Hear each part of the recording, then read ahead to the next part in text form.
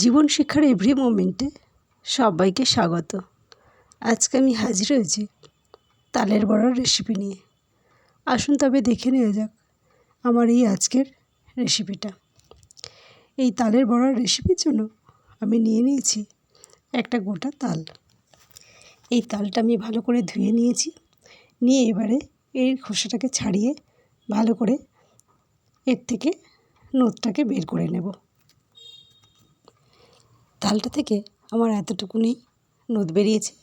এবার এর মধ্যে আমি দিয়ে দেব 2 বাটি আটা।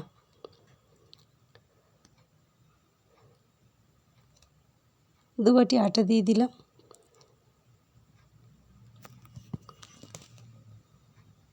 এবার আমি এর মধ্যে দিয়ে দেব 1 বাটি সুজি। এবার আমি এর মধ্যে দিয়ে দেব 1 বাটি চিনি। চিনিটা 1 বাটি দিলে হবে না, আরও একটু চিনি দিতে লাগবে। মোট 1.5 বাটি চিনি দিতে লাগবে এর মধ্যে। এবার আমি এর মধ্যে দিয়ে দেবো স্বাদ অনুযায়ী লবণ। আমার চ্যানেলে নতুন বন্ধু হয়ে থাকলে চ্যানেলটা সাবস্ক্রাইব করে নেওয়ার অনুরোধ রইল। পাশে থাকা বেল আইকনটাকেও প্রেস করে দেবেন, তাহলে আমার চ্যানেলে যখনই নতুন নতুন কোনো রেসিপি ছাড়বো সবার আগে আপনাদের কাছে পৌঁছে যাবে। এবার আমি এর মধ্যে দিয়ে দেবো 1 চামচ গোটা মৌরি। মৌরিটা দিয়ে দিলাম। এবার আমি সমস্ত উপকরণগুলো ভালো করে মেখে নেব।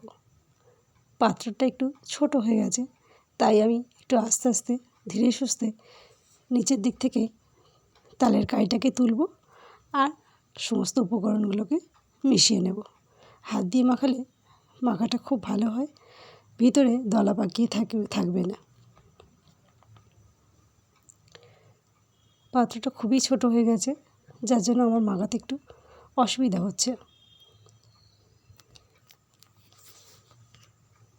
এবার আমি এই ব্যাটারের মধ্যে দিয়ে দেব 1 বাটি নারকেল কুড়ো। দিয়ে উপকরণটাকে আমি আবারও ভালো করে মেখে নেব। মাখা হয়ে গেলে এটাকে আমি আধ ঘন্টার মতো রেস্টে রেখে দেব। দিলে সমস্ত উপকরণগুলো সেট হয়ে যাবে। সুজিটা দেওয়া আছে, সুজিটাও নরম হয়ে যাবে।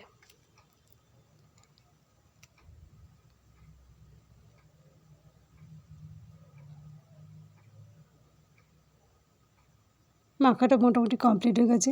এটাকে এবারে আধ ঘন্টার জন্য গ্যাসের ফ্লেমটাকে অন করে কড়াইটাকে বসিয়ে দিয়েছি গরম হওয়ার জন্য। কড়াইটা গরম হয়ে গেলে দিয়ে দেব পরিমাণ মতো সাদা তেল। কড়াইটা গরম হয়ে গেছে, তেলটা আমি দিয়ে দিলাম। এবার তেলটা গরম হওয়ার জন্য অপেক্ষা করব। তেলটা গরম হওয়ার আগে বড়াগুলো ছাড়লে কড়ার গায়ে লেগে যাবে, তার জন্য আমি তেলটাকে খুব ভালো করে গরম করে নেব, যাতে কড়ার গায়ে বড়াগুলো লেগে না যায়।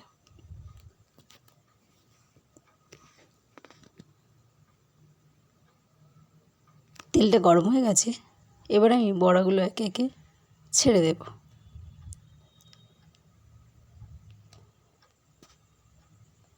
বড়াগুলো যখনই একটু হয়ে আসবে, তখনই তেলের উপরে উঠে আসবে আপনা থেকে।